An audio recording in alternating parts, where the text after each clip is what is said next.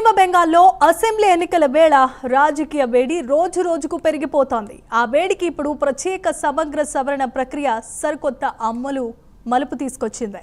గతేడాది ముసాయిదా ఓటర్ జాబితా విడుదల చేసిన సమయంలో 58 లక్షల ఓట్లు తొలగించగా తాజాగా ఈ సంఖ్య ఇప్పుడు దాదాపు 63.66 లక్షలకు చేరుకుంది. అదేవిధంగా మరో 60 లక్షలకు పైగా ఓటర్లను పరిశీలన కేటగిరీలో చేర్చింది. ఈ ఓటర్ల వివరాలు జ్యుడిషియల్ అధికారులు తనిఖీ చేయనున్నారు. మొత్తం 7.66 కోట్ల మంది ఓటర్ల జాబితాతో గతేడాది నవంబర్ 4న బెంగాల్లో ఎస్ఏఆర్ ప్రక్రియ మొదలైంది. డిసెంబర్ 16న ముసాయిదా జాబితాను విడుదల చేశారు. మరణాలు, వలసలు, నకిలీల వంటి కారణాలతో 58 లక్షల ఓట్లను తొలగించారు. దీంతో రాష్ట్రంలో ఓటర్ల సంఖ్య దాదాపుగా 7.8 కోట్లకు చేరుకుంది.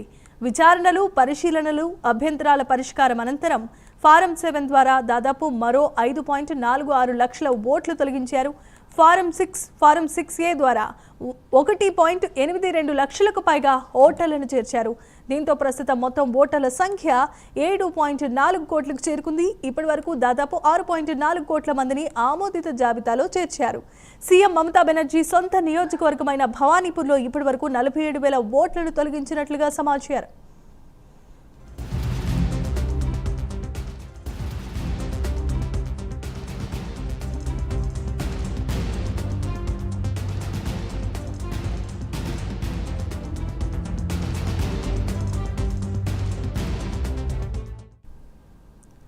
ఇక ఈ ప్రక్రియ పూర్తయ్యాక విడుదలైన తుది ఓటర్ల జాబితా రాష్ట్ర రాజకీయాల్లో భారీ చర్చకు దారితీసింది.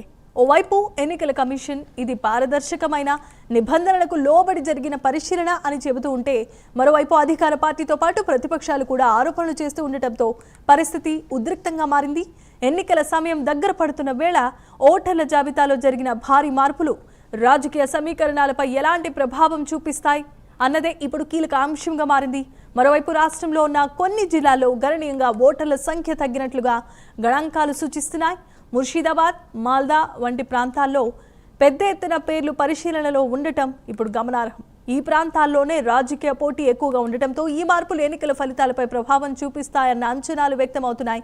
కొన్ని చోట్లయితే నిరసనలు కూడా చెలరేగాయి. హార్డ్ కాపీలు ప్రదర్శించిన కార్యాలయాల వద్ద ప్రజలు క్యూలు కట్టడం, బూత్ లెవెల్ అధికారులతో వాగ్వాదాలు జరిగించడం వంటి సంఘటనలు చోటు చేసుకున్నాయి.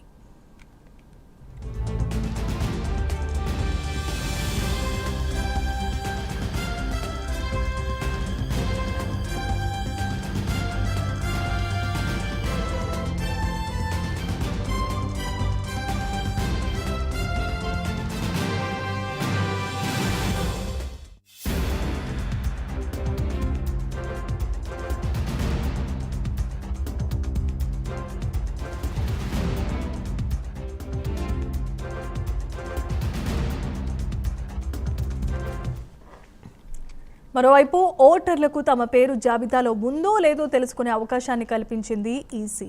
సంబంధిత వెబ్సైట్స్, మొబైల్ యాప్ల ద్వారా ఎపిక్ నెంబర్ లేదా వ్యక్తిగత వివరాలతో ఈ తనిఖీ చేసుకోవచ్చు. డిలీటెడ్గా చూపిస్తే మళ్లీ దరఖాస్తు చేసుకునే అవకాశం కూడా ఉందని, అండర్ అడ్జుడికేషన్ ఉంటే పరిశీలన పూర్తయ్యాక అనుబంధ జాబితాలో చేర్చే అవకాశం ఉందని అధికారులు సూచిస్తున్నారు. ఇంటర్నెట్ సౌకర్యం లేని వారు బూత్ లెవెల్ అధికారులను సంప్రదించి హార్డ్ కాపీలలో తనిఖీ చేసుకోవచ్చని కూడా చెబుతున్నారు. రాజకీయంగా చూస్తే ఈ సవరణ ప్రక్రియ రాబోయే అసెంబ్లీ ఎన్నికలకు దిశానిర్దేశం చేసే అంశంగా మారింది. ఓవైపు ఎన్నికల కమిషన్ తన పని నిష్పక్షపాతంగా నిర్వహించిందని చెబుతూ ఉంటే, మరోవైపు ప్రతిపక్షాలు, అధికార పార్టీలు పరస్పరం ఆరోపణలు చేసుకుంటున్నాయి. అర్హులైన ఓటర్ల హక్కు దెబ్బతింటుందా, లేక అక్రమ నమోదులను తొలగించడం ద్వారా ఎన్నికల వ్యవస్థ మరింత పారదర్శకమవుతుందా అన్నది ఇప్పుడు ప్రధాన చర్చగా మారింది.